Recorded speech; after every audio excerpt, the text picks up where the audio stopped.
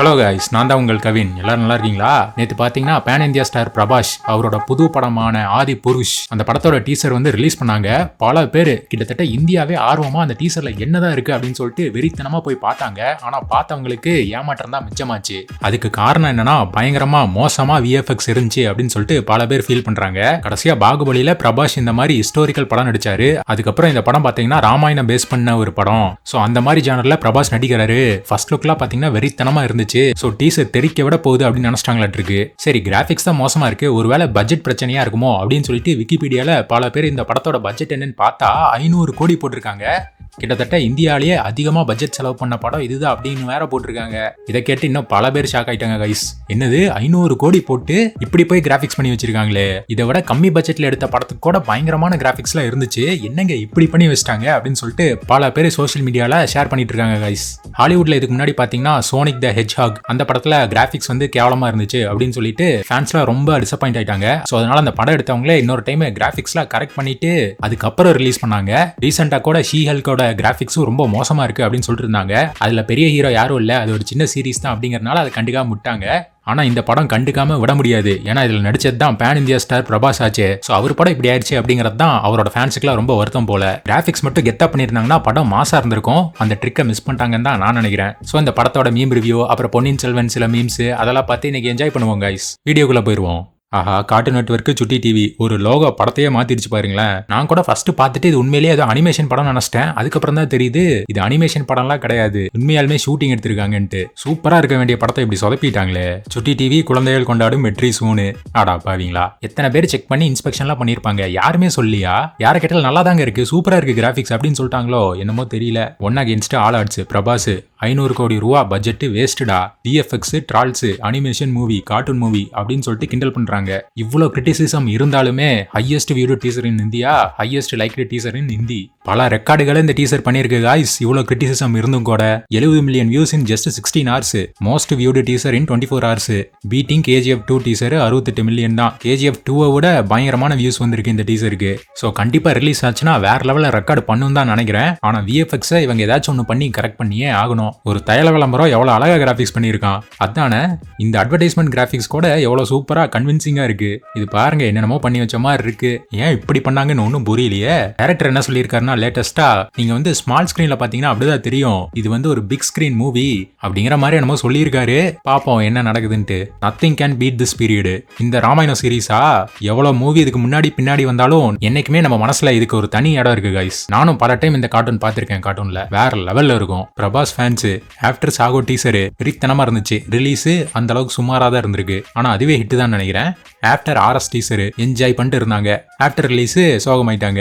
இப்ப Adipurush teaser இப்பவே சோகமாயிட்டாங்க. After release என்ன ஆகுமோ தெரியல. பெரிய ஹிட் ஆச்சுன்னா நல்லா தான் இருக்கும். பல பேர் இப்பவே சரி விடுங்க, சாலார் இருக்கு, KGF டைரக்டர் எடுத்திருப்பாரு, அதுல வெறித்தனமா கம்பேக் இருக்கு அப்படிங்கிற மாதிரி சொல்லிட்டு இருக்காங்க. இந்த படமே ஹிட் ஆச்சுன்னா நல்லா தான் இருக்கும். Most likely Hindi teaser in 24 hours on YouTube. Adipurush தான் நம்பர் 1 1.09 மில்லியன். அதுக்கப்புறம் விக்ரம் வேதா இன்னொரு படம் 4th வந்து பிரபாஸ் தான் இருக்காரு. Most viewed Hindi teaser in 24 hours on YouTube. அதுல டாப் 2ல பிரபாஸ் படம் தான். அவரோட மாசு என்னைக்குமே குறையவே குறையாதுன்னு நினைக்கிறேன். when she hulk teams sees Adipurush teaser finally a worthy opponent, our battle will be legendary. Marvel ஃபேன்ஸ்லாம் ஷீ ஹல்க் என்ன கிராபிக்ஸ் பண்ணி வச்சிருக்காங்க அப்படின்னு சொல்லிட்டு திட்டிட்டு இருந்தாங்க. இப்ப ஆதி புருஷ் பாட்டா ஷீ ஹல்க் கிராபிக்ஸே பெட்டர் மாதிரி தெரியும்னு நினைக்கிறேன். Step 1 Ctrl+C Ctrl+V. ஆஹா, பேக்ரவுண்ட்ல இருக்கிறவங்க எல்லாம் பாருங்க அதே கேரக்டரை காப்பி பேஸ்ட் பண்ணி வச்சிருக்காங்க. இதை நம்ம ஆளுங்கெல்லாம் கண்டுபிடிச்சிட்டாங்க. இப்படி மாட்டிக்கிட்டீங்களே பங்கு. சரி, மற்ற படத்தோட மீம் ரிவ்யூ இப்போ பார்ப்போம். Chiyaan Vikram love failure me. அண்ணா நீ எங்க ஆளுனா? ஆமா, நிறைய படத்துல இவருக்கு லவ் ஃபெயிலியர் ஆயிருது. அதனாலதான் அவரோட ஆக்டிங் நம்மளால ஈஸியா ரிலேட் பண்ணிக்க முடியுதுன்னு நினைக்கிறேன் கைஸ். தினேஷ் கார்த்திக் பாருங்க ஃபன் பண்ணி வச்சிருக்காரு. திருச்சிற்றம்பலம்க்கு ரிவ்யூ போட்டிருக்காரு. Love the movie story line, enjoyed performance of Dhanush and Nithya Menen, what a lovely performer she is, and Bharathi Raja who was phenomenal as well. அடுத்து பொன்னியின் செல்வனுக்கு review. Visual super, great story line, Karthi and Aishwarya were super, Trisha and Jayam Ravi were solid too. My favorite in the movie too was the Ravivarman who literally took us back in the time in such a classy way.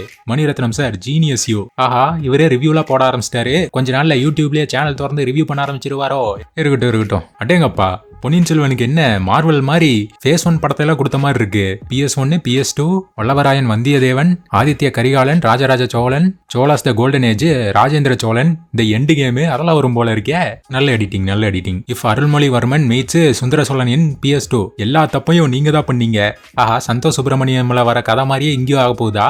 Book படிக்காதனால எனக்கு இந்த கதையெல்லாம் தெரியல.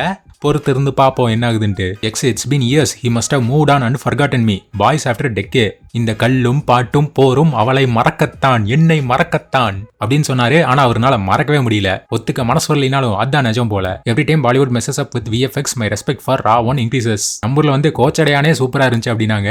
பாலிவுட்ல வந்து ரா ஒன்னே எவ்வளவு சூப்பரா இருந்துச்சு தெரியுமா அப்படிங்கிற மாதிரி இப்ப எல்லாம் பேசிக்கிட்டு இருக்காங்க. Fathers and relationship since 947 CE. M குமரன்லயும் அதே மாதிரி தான், சந்தோஷ் சுப்பிரமணியம்லயும் அதே தான். PS2ல என்ன ஆகும்னு தெரியல.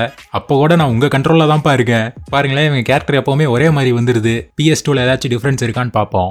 Love you money is a word, பசிக்குது money is an emotion. Jayaram பாத்தீங்களா, அந்த ஆடியோ லான்ச்ல வேற லெவல்ல மிமிக்ரி பண்ணி கெத்தா பேசியிருந்தாரு கைஸ். பேசாம கலக்க போவது யாருக்கு, அவரையே ஜட்ஜா கூப்பிட்டுலாம் போல. Kollywood peaked in second half of 2022. கோலிவுட்டை காப்பாத்த யார் வருவான் இருந்தாங்க. செகண்ட் ஹாஃப்ல பாருங்க, விக்ரம் திருச்சிற்றம்பலம் வெந்து தணிந்தது காடு. இப்ப PS1 செகண்ட் ஹாஃப்ல எல்லா பாலும் 6 அடிச்ச மாதிரி சும்மா தெரிக்க விட்டுருக்கு கோலிவுட். நல்ல விஷயம். கார்த்தி சிறுத்த படத்துல ஐஸ்வர்யா ராய்க்கு ஆய் சொன்னாரு. அன்றே கணித்த கார்த்தி போடு.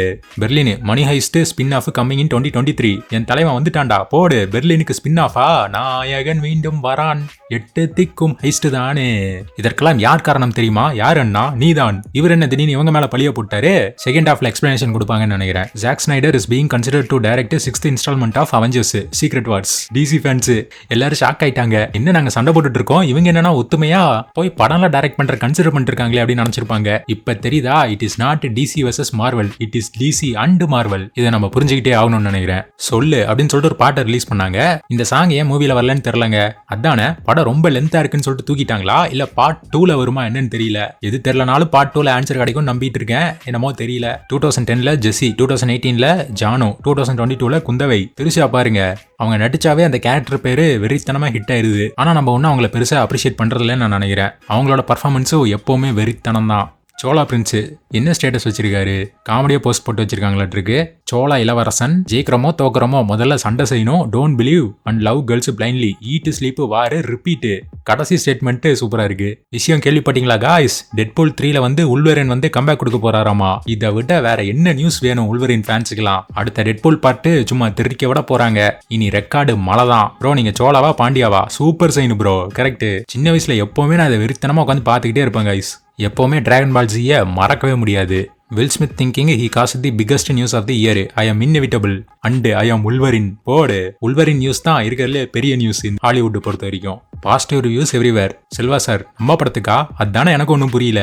நானே வருவன் ரிவ்யூ நிறைய பேர் பண்ண சொல்லியிருந்தீங்க. படம் பார்த்தாங்க ஐஸ் நல்லா தான் இருந்துச்சு. நான் என்ன ஃபீல் பண்ணனா, 2 வித்தியாசமான படத்தை வந்து ஒட்டுக்கா பார்த்த மாதிரி இருந்துச்சு. செகண்ட் ஹாஃப்ல வந்து தனுஷை இன்னும் நிறைய காட்டியிருந்தாங்கன்னா இன்னும் சூப்பரா இருந்திருக்கும். நிறைய சீனை கட் பண்ண மாதிரி இருந்துச்சு. அதான் ஒரே குறை. நானே வருவேன்னு செல்வா தனுஷ் யுவன் தான் தெரிக்க விட்டுருந்தாரு மியூசிக்ல. காடெல்லாம் யுவன் அரசாங்கம் தாண்டா. என்னையா ஃபர்ஸ்ட் ஹாஃப் மட்டும் தான் புரியுது, செகண்ட் ஹாஃப் புரியலங்கிறாங்க. செகண்ட் ஹாஃப் புரியறதுக்கு இன்னும் 10 வருஷம் ஆகும். அதானே இன்னும் கொஞ்சம் ஸ்டோரி சொல்லியிருக்கலாம். ஆடியன்ஸே கற்பனை பண்ணிக்கிட்டோம் அப்படின்னு சொல்லிட்டு விட்டாங்களோ என்னமோ தெரியல. சொன்ன மாதிரியே 10 வருஷம் கழிச்சு பார்த்தாதான் நம்மளுக்கு ஸ்ட்ரைக் ஆகும் போல. 10 வருடம் கழித்து படத்தை கொண்டாடும் ரசிகர்கள் சார்பாக படம் வெற்றி அடைய வாழ்த்துக்கள். நம்பால் ஒருத்தன் கலாச்சு விட்டான். டீசர் பார்த்து கதை தெரியாமல் தானாகவே கற்பனை கதை யோசிக்கும் ரசிகர்கள் சார்பாக படம் வெற்றி அடைய வாழ்த்துக்கள். கரெக்ட், இப்படிதானே எல்லாரும் பண்ணிட்டு இருக்காங்க. சரி ஓகே கைஸ், இந்த வீடியோ பார்த்து என்ஜாய் பண்ணிருப்பீங்கன்னு நம்புறேன். இது யார் மனதையும் புண்படுத்துவதற்கல்ல, எல்லாமே ஜஸ்ட் ஃபார் ஃபன்னு தான் கைஸ். நான் இன்னொரு சிறப்பான தரமான வீடியோவோட உங்களை பார்க்குறேன். கவின் ஆர்மி பாய்.